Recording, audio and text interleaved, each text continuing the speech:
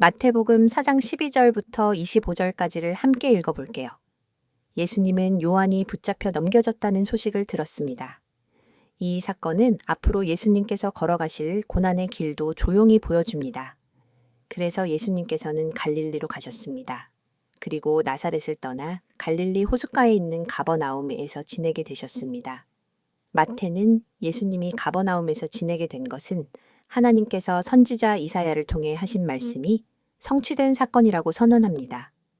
예수님이 이 땅에 오시기 오래전 이사야 선지자는 고통과 멸시를 받던 스불론과 납달리의 땅에 하나님께서 구원의 빛을 비추실 것이라고 선포했습니다. 마태는 이 약속이 하나님의 아들 예수 그리스도가 가버나움에 오셔서 천국 복음을 선포하심으로 성취되었다고 선언합니다. 마태는 예수님이 갈릴리에 오셔서 천국 복음을 선포하신 사건을 이사야가 예언한 큰 빛의 성취로 해석합니다.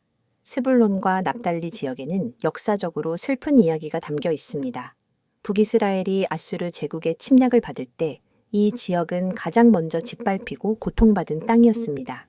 그래서 이 지역에서 살아가는 사람들을 어둠 가운데 살아가는 사람들, 사망의 그늘에 앉아 있는 사람들로 표현한 것입니다. 역사적으로 북이스라엘이 아수르의 침략을 받을 때 가장 먼저 어둠과 고통을 경험했던 바로 그 땅에 예수님께서 찾아오셨습니다. 하나님께서는 예수님을 통하여 어둠 가운데 살아가던 사람들에게 큰 빛을 비추셨습니다.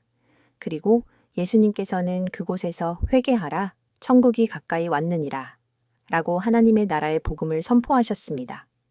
예수님은 베드로와 안드레가 바다에서 금을 던지는 것을 보시고 나를 따라오라, 내가 너희를 사람을 낚는 어부가 되게 하리라고 말씀합니다. 예수님의 부르심을 받은 베드로와 안드레는 예수님의 말씀을 듣자마자 곧 그물을 버려두고 예수님을 따라갑니다.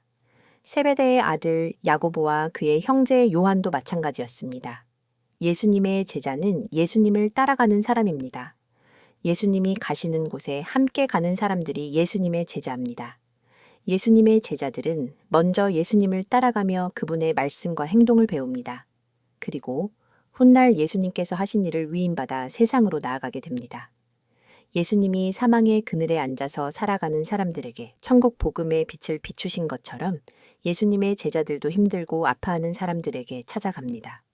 그리고 천국 복음에 비치신 예수님을 선포합니다.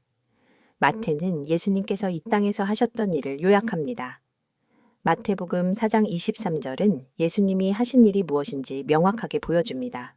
마태복음 4장 23절은 앞으로 이어질 예수님의 사역을 미리 보여줍니다. 예수님의 가르침과 천국 복음의 선포, 그리고 치유의 이야기가 계속해서 펼쳐질 것입니다. 세 가지 동사를 꼭 기억해 두세요. 가르치다, 선포하다, 치유하다. 이 세 가지 동사는 앞으로 마태복음에서 예수님이 누구이며 어떤 일을 하는 분인지를 분명하게 보여줄 것입니다. 예수님에 대한 소문이 여러 지역으로 퍼져나갔습니다.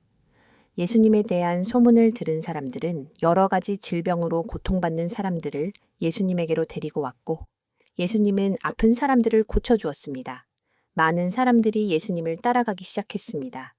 과연 예수님의 부르심을 받은 제자들과 예수님의 소문을 듣고 예수님을 따라가는 사람들이 예수님을 잘 따라갔을까요?